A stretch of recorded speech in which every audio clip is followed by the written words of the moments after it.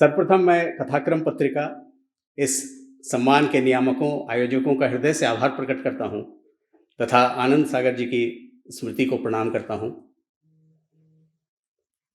जब मैं इस सम्मान को प्राप्त कर चुके रचनाकारों की इस कहकशां को देखता हूं तो एक गहरे उत्तरदायित्व के बोध से भर जाता हूं और थोड़ी चिंता भी होती है कि इन बढ़ी हुई अपेक्षाओं का मान रखने में क्या मैं सक्षम हो पाऊंगा या नहीं।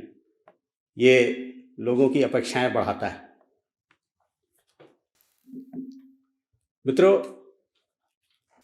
यह अवसर प्रसन्नता और हर्ष का तो है, लेकिन इसमें थोड़ा विषाद भी घुला हुआ है कि पिछले 2 वर्षों में जिस तरह से इस कोरोना महामारी ने कई उत्कृष्ट रचनाकारों को हमसे छीना है, जिन्हें दिन प्रतिदिन के गहराते संकट के समय इस कठिन यात्रा में सहयात्री बनना था, हमारा बोल बतिया कर सफ़र को आसान करना था, वे हमारे बीच नहीं रहे।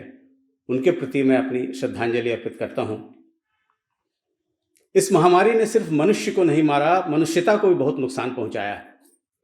बहुत सारी व्याधियाँ जो हमारे समाज में मौजूद थी, उन्हें सतह पर ला दिया।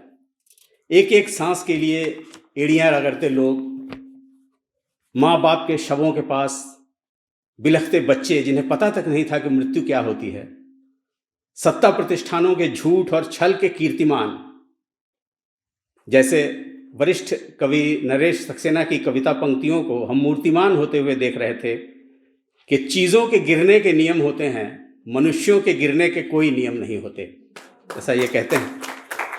वो गिरते हुए मनुष्य की असंख्य कथाएं हमारे सामने थीं। ऐसे दारुण समय में भी राहत की बात यह रही कि ऐसे उदाहरण भी सामने आए जिन्होंने मनुष्य को गिरने से बचाया भी। साहित्य लेखन का उद्देश्य भी तो यही है ना कि मनुष्य को गिरने से बचाए रखे। कथाओं के प्रति आकर्षण ने मनुष्य को हमेशा बचाया है।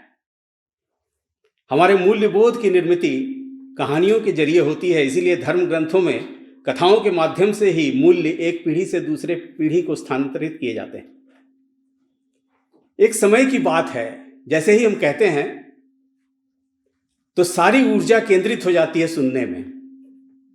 मनुष्य के युग बोध को छीलने तराशने का काम तो करती ही हैं कहानियां, खदबदाते समय की आंच को भी महसूस करती हैं। लिखना जो है, उसके साथ सबसे महत्वपूर्ण बात मुझे ये लगती है कि यह सिर्फ व्यक्तिगत नहीं होता, एकाकी कर्म नहीं है। जो कुछ भी व्यक्तिगत होता है वह समाज में चल रही कार्य कारण श्रृंखलाओं का हिस्सा भी होती है। इसीलिए लिखना एक साथ व्यक्तिगत भी है और सामूहिक या सामाजिक कर्म भी है। परंतु इस कालखंड में हमने देखा कि सिर्फ लिखना ही नहीं, सभी प्रकार के सामूहिक प्रयासों को व्यक्तिगत में रिड्यूस करने की कोशिशें अनवरत चल रही हैं। यथार्थ की प्रतिपल बदलती छवियों को ठहर कर देखने समझने का अवकाश नहीं दिया जा रहा है। सही रूप कौन सा है पहचानना मुश्किल हो जा रहा है। सही रूप का मतलब यह है कि जो मनुष्य के पक्ष में खड़े। संपूर्ण मानव इतिहास में परिवर्तन की यह रफ्तार अभूतपूर्व है। बाजारवादी संरचनाएं मनुष्य के कानों में फुसफुसाती हैं कि तुम उस भीड़ का हिस्सा नहीं हो, सबसे अलग हो, डिजाइनर हो तुम्हारा प्रेम डिजाइनर है, हर्ष विषाद डिजाइनर है। समूह से काट कर यह अलग खड़ा करने के सारे उपकरण मुहैया कराता है। खासतौर पर एक ऐसा मध्यवर्ग पैदा हो गया है जिसकी कामनाएं लपलपाती जिह्वा के साथ चारों ओर सब कुछ को अपने लपेटे में ले रही हैं। धर्म, राजनीति, बाजार, अपराध, सबका मिश्रण उसे बहुत भाता है और उसकी महत्वाकांक्षाओं को हवा देता है। यह अपने अतीत को, स्मृतियों को मिटाना चाहता है जिसकी आवश्यकता उसे नहीं है, और इस चीज का, हर चीज का पुनर्लेखन भी चाहता है, इतिहास का, राष्ट्र का, अर्थ का, सबका। वैसी ही हर अवधारणा से वह नफरत करता है, उसकी महत्वाकांक्षा के विकास के स्वर्ण मार्ग में जो बाधा बनती है।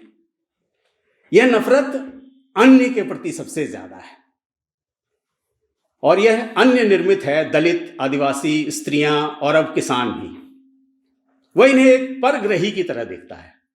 हर दलित उसे जातीय आरक्षणवादी, हर आदिवासी नक्सलाइट, हर स्त्री मुंहजोर और किसान विकास विरोधी नजर आता है।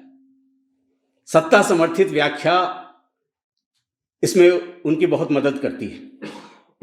वह तो भला कहिए, किसानों की सामूहिकता के अभूतपूर्व प्रदर्शन ने सत्ता के कील कांटे ध्वस्त कर दिए, लेकिन अभी भी अंधेरे समय में अंधेरे के गीत गाने का मौसम खत्म नहीं हुआ है, और इस गीत की कभी भी एकल प्रस्तुति नहीं हो सकती कोरस का ताकतवर सामूहिक स्वर ही चीजें बदल सकता है।